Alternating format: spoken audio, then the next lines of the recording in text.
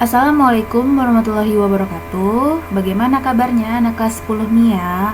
Kali ini ekonomi membahas di bab 2, yaitu masalah ekonomi, sistem ekonomi, dan nilai dasar ekonomi. Kita masuk ke masalah ekonomi dulu.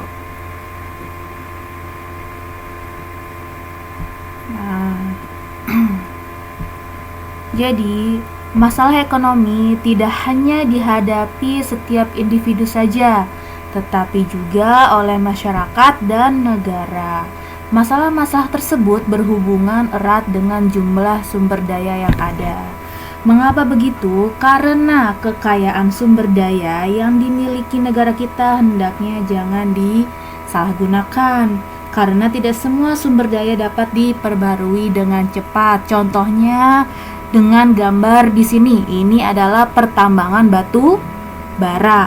Kenapa batu bara ini sebagai sumber daya alam yang tidak dapat diperbaharui? Jadi suatu masalah tuh jika disalahgunakan. Makanya kita harus selalu bersyukur karena Tuhan Yang Maha Esa telah memberi karunia berupa sumber daya yang melimpah di negara kita.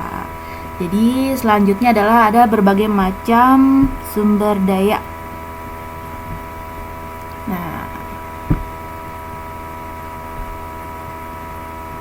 Terbatasnya sumber daya dibandingkan jumlah kebutuhan manusia menjadi salah satu penyebab terjadinya kelangkaan. Itu yang bab selanjutnya, bab yang sebelumnya kita udah bahas tentang kelangkaan ya. Jadi sumber daya di sini merupakan segala sesuatu yang dapat digunakan untuk memenuhi kebutuhan. Berikut pembagiannya. Yang pertama, ada sumber daya alam. Di sini segala sesuatu yang tersedia di alam dan dimanfaat untuk memenuhi kebutuhan. Jadi misalnya itu apa saja yang ada di alam seperti tanah, air, hewan, tumbuhan, dan barang tambang. Yang kedua ada sumber daya manusia (SDM). Merupakan kemampuan yang ada dalam diri tiap individu yang dapat digunakan untuk memenuhi kebutuhan. Jadi maksudnya itu kemampuan kita tuh skill ya, SDM tuh skill berupa keterampilan, berupa kelebihan kita dalam berpikir ya, untuk menunjang kebutuhan hidup. Jadi dari mana tuh? Ada lagi sumber daya modal, segala sesuatu yang dapat digunakan memproduksi barang atau jasa. Jadi bahan baku ya, sumber dayanya itu bahan baku untuk menjadikan barang atau jasa. Selanjutnya lagi ada di sini adalah masalah dasar dalam organisasi ekonomi. Yang pertama ada what. Apa dan berapa jumlah barang yang akan diproduksi. Jadi di sini ada yang terkait penggunaan satu sumber daya tertentu dan produk yang akan dihasilkan. Yang kedua, menentukan jenis dan jumlah produk yang akan dihasilkan sesuai kebutuhan masyarakat. Jadi saat menentukan apa dan berapa jumlah barang yang diproduksi, seorang produsen harus menganalisis skala prioritas pemenuhan kebutuhan masyarakat. Tujuannya untuk apa? Untuk mengantisipasi timbulnya kerugian karena barang yang diproduksi tidak laku. Selanjutnya ada how. Jadi bagaimana cara memproduksi barang tersebut? Di sini ada yang pertama, terkait teknik produksi yang digunakan produsen dalam proses produksi. Yang kedua, penentuan teknik produksi perlu mempertimbangkan biaya produksi yang dikeluarkan dan keuntungan yang diperoleh produsen. Jadi ada berhubungannya erat dengan metode dan teknologi yang digunakan. Apalagi zaman dulu ya, proses produksi itu metodenya secara tradisional, nggak seperti sekarang banyak robot-robot gitu. Jadi kalau zaman sekarang mah bisalah menghasilkan barang dan jasa dalam jumlah yang besar dan dalam kurun waktu yang singkat. Selanjutnya ada forward. Di sini forward itu untuk siapa barang tersebut diproduksi. Nah, berkaitan dengan segmen pasar atau target pasar atas produk yang dihasilkan produsen. Jadi sebelum memproduksi juga barang tersebut diperhatikan siapa barang tersebut diproduksi, jangan sampai terjadi ketidaksesuaian antara barang dan jasa dengan kondisi konsumen. Jadi kita ke sistem ekonomi. Apakah saja macamnya? Yang pertama ada sistem ekonomi tradisional. Ada juga sistem ekonomi komando terpusat. Ada sistem ekonomi pasar bebas atau liberal. Ada sistem ekonomi campuran. Jadi sistem ekonomi tersendiri itu adalah sistem yang mengatur kondisi perekonomian suatu negara sesuai kondisi negara itu sendiri. Lebih jelasnya lagi ada menurut si Gilarso dalam Kamus Ekonomi karangan Optima 2012. Jadi dia menjelaskan tuh bahwa sistem ekonomi itu adalah keseluruhan tata cara untuk mengordinasikan perilaku masyarakat seperti konsumen, produsen, pemerintah, bank, dan sebagainya dalam menjalankan kegiatan ekonomi. Seperti apa? Seperti produksi, distribusi, konsumsi, dan investasi, sehingga menjadi satu kesatuan yang teratur dan dinamis. Kita ke sistem ekonomi tradisional dulu. Nah, mengenal sistem ekonomi tradisional. Dalam gambar tersebut ada perilaku masyarakat di era tradisional. Yang pertama, teknik produksi dipelajari secara turun-temurun dan bersifat sederhana. Yang kedua, masih barter ya. Sistem barter masih digunakan dalam pemenuhan kebutuhan masyarakat, seperti dari sayuran ditukar dengan lauk gitu kan. Terus belum adanya pembagian dalam masyarakat, jadi masih masing-masing ya, masih terikat pada tradisi dan kepercayaan setempat. Jadi masih kental banget tuh bau alamnya. Alat atau teknologi produksi masih bersifat sederhana. Jadi gak kayak sekarang, teknologinya maju sekali. Lanjut ke mengenal sistem ekonomi komando atau terpusat. Yang pertama ada individu maupun kelompok tidak dapat berusaha dengan bebas dalam kegiatan perekonomian. Yang kedua, semua alat dan sumber daya ekonomi dikuasai oleh pemerintah. Yang ketiga, kebijakan perekonomian diatur sepenuhnya oleh pemerintah. Yang keempat, hak dan kebebasan individu tidak diakui negara. Yang kelima, jenis pekerjaan dan pembagian kerja tetap diatur pemerintah. Berarti udah udah mulai ini ya, modern nih kalau yang komando atau terpusat. Jadi sistem ekonomi di sini di mana pemerintah memiliki peran yang dominan dalam mengendalikan perekonomian tersebut. Lanjut ke mengenal sistem ekonomi pasar atau liberal. Yang pertama, setiap individu atau swasta bebas menggunakan barang atau jasa yang dimilikinya. Segala bentuk aktivitas ekonomi dilakukan oleh masyarakat. Pemerintah tidak melakukan intervensi dalam pasar. Pemilik modal berhak memiliki sumber-sumber produksi. Terjadi persaingan yang ketat dalam kegiatan ekonomi. Jadi si sistem ekonomi pasar liberal ini adalah merupakan kebalikan dari ekonomi komando tadi, karena sistem ekonomi ini punya peran yang dominan dan pemerintah hanya berperan sebagai pengawas saja. Kalau yang komando kan benar-benar diatur gitu sama pemerintah. Kalau ini kan hanya diawasi saja. Terus sistem ekonomi campuran. Merupakan gabungan dari dua sistem ekonomi, yaitu sistem ekonomi pasar bebas dan komando. Jadi ini gabungan antara komando dan pasar bebas yang tadi.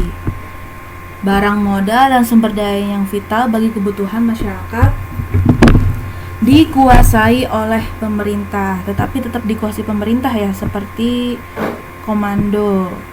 Peran pemerintah dan swasta seimbang. Pemerintah dapat mengintervensi dan membuat peraturan, kebijakan fiskal, kebijakan moneter, dan serta membantu mengawasi kegiatan swasta. Jadi pemerintahnya juga ikut andil, ikut juga dalam mengawasi. Jadi saling dua sistem itu saling gabung ya. Namanya juga campuran. Lanjut.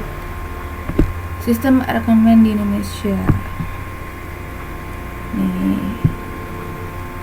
Produksi diusahakan sebagai usaha bersama untuk mewujudkan keadilan dan kemakmuran. Kalau ada yang kata usaha bersama itu seperti BUMN ya.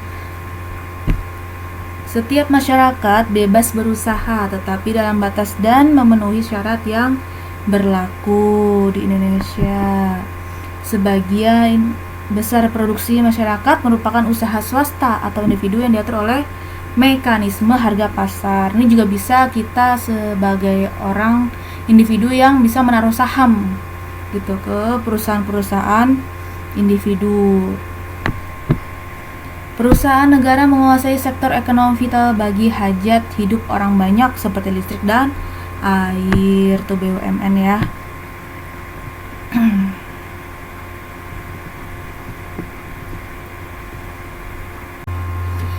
Kita masuk ke nilai-nilai dasar perekonomian Indonesia. Jadi ini menjadi ciri khas nih dari kegiatan ekonomi suatu negara. Jadi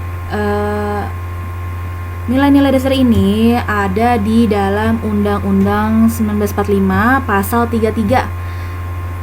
Jadi beberapa nilai dasar yang menjadi identitas perekonomian Indonesia gitu ya. Berikut ada di antaranya. Ada kekeluargaan nih menjadi nilai dasar pertama yang wajib diwujudkan oleh setiap pelaku ekonomi Indonesia gitu. Ini adanya dipesankan di ayat 1 di pasal 33 tadi ya. Jadi kekeluargaan itu menggambarkan semangat kebersamaan dalam mengelola sumber daya ekonomi yang terdapat di Indonesia untuk digunakan sebesar-besarnya bagi kemakmuran bersama. Lanjut, yang kedua yaitu kerjasama. Kerjasama di sini itu lebih penting dibanding persaingan, karena melakukan kegiatan ekonomi Indonesia itu kalau ada persaingan menjadi disebutnya ciri khasnya itu ekonomi kapitalis atau liberalis ya. Itu sangat bertentangan sama pasal 33 yang tadi. Ya kan? Terlebih persaingan ini tidak sehat yang menggiring kepada monopoli tuh. Jadi pemanfaatan sumber daya ekonominya kalau ada monopoli jadi tidak makmur kan? Karena tadi kan di pasal 33 itu disebutkan di kekeluargaan itu supaya makmur katanya ayat 1 tuh. Lanjut ke gotong royong. Gotong royong menjadi identitas tuh. Identitas warga atau masyarakat Indonesia itu adalah gotong royong. Jadi identitas penting dalam kehidupan masyarakat Indonesia, termasuk dalam melakukan kegiatan ekonomi, sehingga manfaat dari bumi, air, dan kekayaan alam di dalamnya dapat dirasakan oleh seluruh rakyat Indonesia tanpa terkecuali. Lanjut ke keadilan. Jadi keadilan ini menjadi hal penting dalam setiap kegiatan ekonomi Indonesia, sehingga setiap pelaku ekonomi dapat memperoleh bagian sesuai dengan prestasi kerjanya atau sesuai dengan kontribusinya dalam kegiatan ekonomi. Sebaliknya nih, kalau ketimpangan ekonomi ada hal yang bertentangan dengan pasal 33. Tuh, kita nilai dasar itu patokannya pasal 33 ya dari tadi ya. Sehingga diperlukan peran negara dalam menegakkan keadilan bagi seluruh pelaku ekonomi di Indonesia. Tuh. Lanjut ke kemandirian. Jadi kemandirian itu menjadi nilai dasar yang mencerminkan ketidaktergantungan. Jadi mandiri gitu, gak tergantungan bangsa Indonesia kepada pelaku ekonomi asing tuh. Jadi contohnya ini adalah penyediaan 9 bahan pokok yang menjadi kebutuhan dasar masyarakat. Jadi negara dapat mendorong pemanfaatan sumber daya alam Indonesia yang sangat kaya semaksimal mungkin sehingga tidak perlu banyak impor yang menguntungkan negara lain dan mengurangi cadangan devisa Indonesia. Tuh, ya tuh kalau nonton berita pasti tahu. Lanjut ke dampak demokrasi.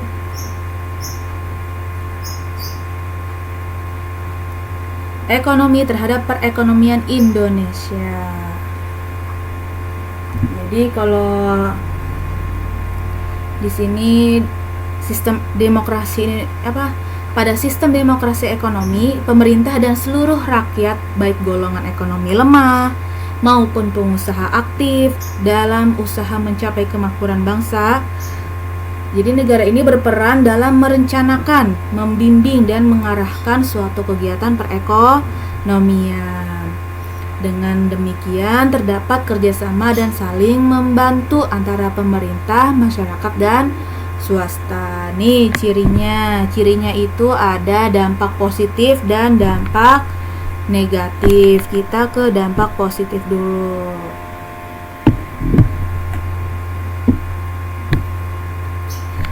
Ada perekonomian disusun sebagai usaha bersama berdasar atas asas kekeluargaan, cabang-cabang produksi yang penting dan vital bagi negara serta meliputi hajat hidup orang banyak dikuasai oleh negara.